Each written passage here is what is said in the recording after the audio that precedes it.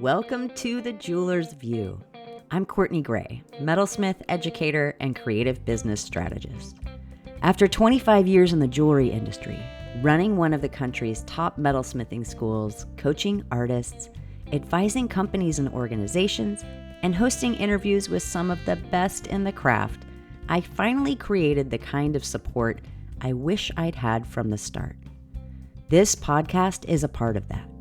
Each week, I share the lessons I had to learn the hard way so you can build a rhythm that supports your creative work, your values, and the life and business you actually want. Find tools, coaching, and my Transform course at CourtneyGrayArts.com, and let's get to work. Hey there, and welcome back to The Jeweler's View. I'm Courtney Gray. This episode wraps up a 3-part series on the creative cycle: resistance, flow, and now we're going to talk about imperfect action. If you've been following along, we started with the ways we stall and self-sabotage, then talked about how to let go and trust your intuition. Today, we're talking about what comes next: taking action, staying in motion, and not losing yourself in the process. Because if there's one thing that I've learned from my own career and from mentoring, it's this: progress doesn't look perfect. It's messy, it's unpredictable, and it's full of moments that test our patience and our sense of humor. But it's also where the real growth happens.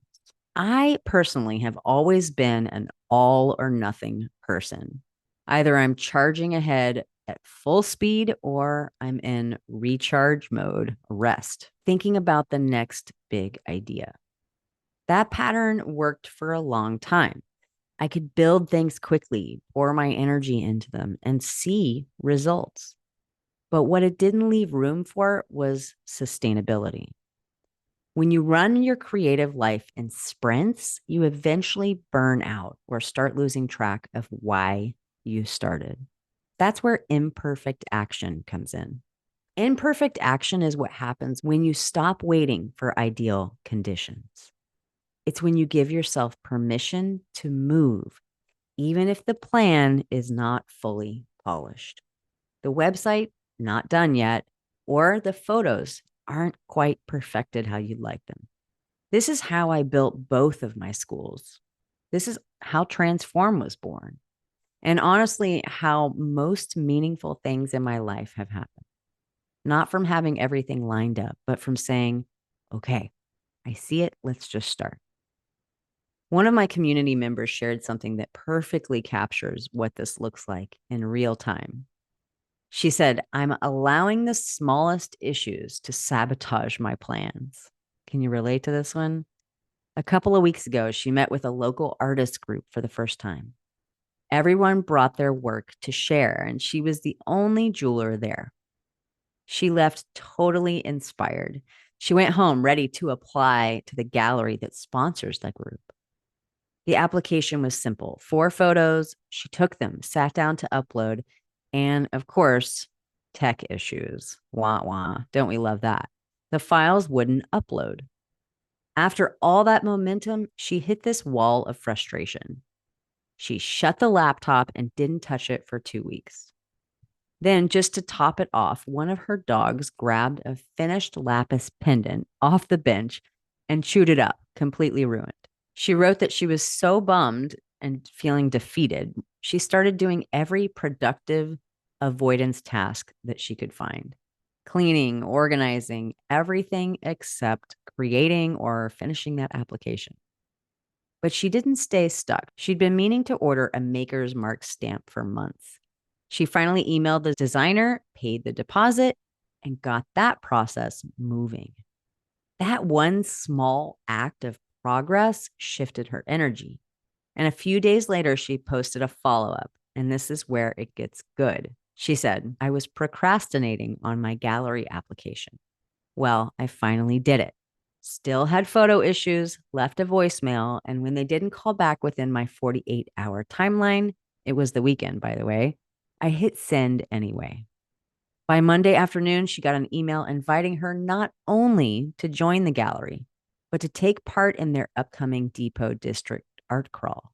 She wrote, self-doubt is whispering. They just needed to fill gaps. But I'm slapping that troll to the curb. And of course, right after celebrating, she went into what she called panic mode, shopping for new display items until she stopped herself at midnight and said, wait, maybe I should talk to them first and find out what they actually provide. That's the process in a nutshell. Resistance, action, a small win, a mini panic, and then self-awareness. That's progress. Hate to tell you, that's the way it flows. That's what imperfect action looks like. You don't have to be fearless. You just have to keep coming back. Keep showing up. If you wait for perfect conditions, you'll always be waiting. So here's something that might help. Keep your sense of humor. Creative business will test you. Deadlines, tech issues, chewed up jewelry, all of it. Laugh when you can. It keeps this work lighter. Focus on rhythm instead of speed. It's not about sprinting. It's about building a steady pulse of action so you don't burn out. That's sustainability. And choose one priority at a time. As hard as it is with all the squirrels in the studio and those trolls, when you do a little bit consistently, like photographing one piece a day or reaching out to one gallery a week, it compounds. Allow yourself to pivot. The plan will change. That's not failure. That's life. That's evolution. And celebrate the micro wins. Every small follow through builds confidence and it builds routine. Just hitting send on an email can shift your entire trajectory. Here's the thing. Resistance and perfectionism often show up together. We hold back because we don't want to stumble, but the stumbles are where you actually build skill, resilience, and clarity. Every artist you admire has a pile of half-finished pieces, failed castings, broken bezels, and stories of things that went wrong. The difference between them and the ones who give up isn't talent. It's that they kept going anyway.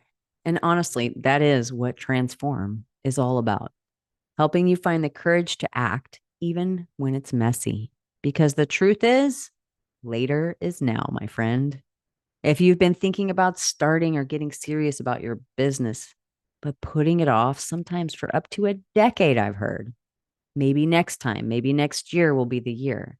Maybe when things calm down. I want you to remember this story. There's never going to be a perfect moment. The sooner you start, the sooner you take that imperfect, wobbly human step, the faster you'll find your rhythm and build the business that you've been living in your head for too long. You don't have to know it all to begin. You just have to begin. So as you move through this week, notice, where are you stalling because something doesn't feel perfect yet or you're not there? Ask yourself, what's one small thing I could do today, even if it's not ready, even if I don't feel ready? Imperfect action builds momentum. Momentum builds clarity, and clarity builds confidence. That is the cycle. Thanks for listening. You know I'll see you next week on The Jeweler's View. Onward and upward, my friend. Thanks for listening to The Jeweler's View. If today's episode gave you something to think about, consider sending it to a friend or share it on social and tag me at Courtney Gray Arts. You'll find tools, coaching, resources, and the Transform course at CourtneyGrayArts.com. And if no one's told you this lately, remember, you're not behind. You're becoming exactly the kind of maker your business needs. And that kind of depth, it takes time. I'll be back next week. Same time, same tough love. Onward and upward.